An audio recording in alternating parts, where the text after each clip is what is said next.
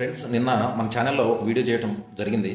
మీరు చూశారో లేదో, మేరే టోల్ ప్లాజా దగ్గర ఒక జవాన్తో జరిగిన ఒక గొడవ అనేది, అక్కడ టోల్ ప్లాజా స్టాఫ్ వారు చేసిన మిస్బిహేవ్, అలాగే వాళ్ళు చేసిన ఆ గొడవ తనని దారుణంగా కొట్టడం, తన డ్యూటీ వెళ్తున్న సమయంలో ఇలాంటి ఘటన అనేది చాలా బాధాకరమైన విషయం. అయితే ఆ తర్వాత జరిగిన పరిణామాలు, ఆ తర్వాత అక్కడ ఉన్న పబ్లిక్ ఇచ్చిన ఆ రియాక్షన్ ఏదైతే ఉందో చాలా అద్భుతమని చెప్పాలి.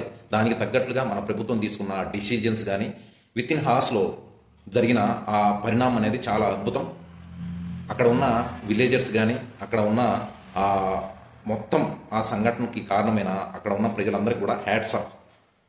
నేనేం చెప్పాలనుకుంటున్నా అంటే, కష్ట సమయాల్లో యుద్ధాలు అలాగే ఆపరేషన్స్లో మాత్రమే కాదు, ఒక జవాన్ మన దేశానికి ఒక వెన్నెముక లాంటి వ్యక్తి. అలాంటి వ్యక్తికి ఇలాంటి అన్యాయం జరిగినప్పుడు మన భారతదేశం ఒక్క తాటి మీద నిలబడి తనకి న్యాయం జరిగే విధంగా చూసింది చూడండి. దానికి నిజంగా నేను ఈరోజు చాలా హ్యాపీగా ఉన్నా, యాజ్ ఎ జవాన్గా, ఒక ఎక్స్ సర్వీస్మెన్గా. అలాగే ప్రతి ఒక్కరూ కూడా ఈ విషయాన్ని అర్థం చేసుకోవాలి.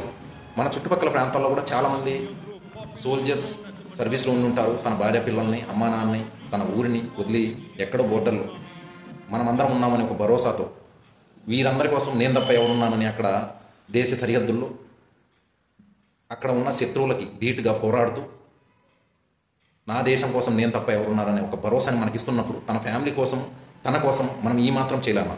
దయచేసి ఆలోచించండి ఒకసారి. ఇలాంటప్పుడే కదా మనం వారి రుణం తీర్చుకునే అవకాశం వస్తుంది. ఈరోజు ఇక్కడ నేను ఆ తర్వాత జరిగిన ఆ యొక్క యాక్షన్కి, మన పబ్లిక్ కానీ అలాగే గవర్నమెంట్ కానీ తీసుకున్న యాక్షన్కి ఇప్పుడు ప్రతి టోల్ ప్లాజాలో అక్కడ వెళ్ళే ఒక ప్రతి ఆర్మీ వెహికల్కి ఎంతగా స్వాగతిస్తున్నారో చూశారు. ఇక్కడ ఇదే విధంగా ప్రతి చోట కూడా జవాన్ని రెస్పెక్ట్ చేసినట్లయితే మన ఇండియా చాలా చాలా గొప్ప స్థాయిలో ఉంటుంది. ఒక జవాన్, ఒక కిసాన్, వీరిద్దరు కూడా దేశానికి వెన్నెముక లాంటి వారు. వీళ్ళని రెస్పెక్ట్ చేసినప్పుడే ఆ యొక్క దేశానికి గ్రోత్ అనేది ఆటోమేటిక్గా రావడం జరుగుతుంది. సో మరో వీడియోలో మరలా కలుద్దామండి. Thank you for watching this video. జై హింద్.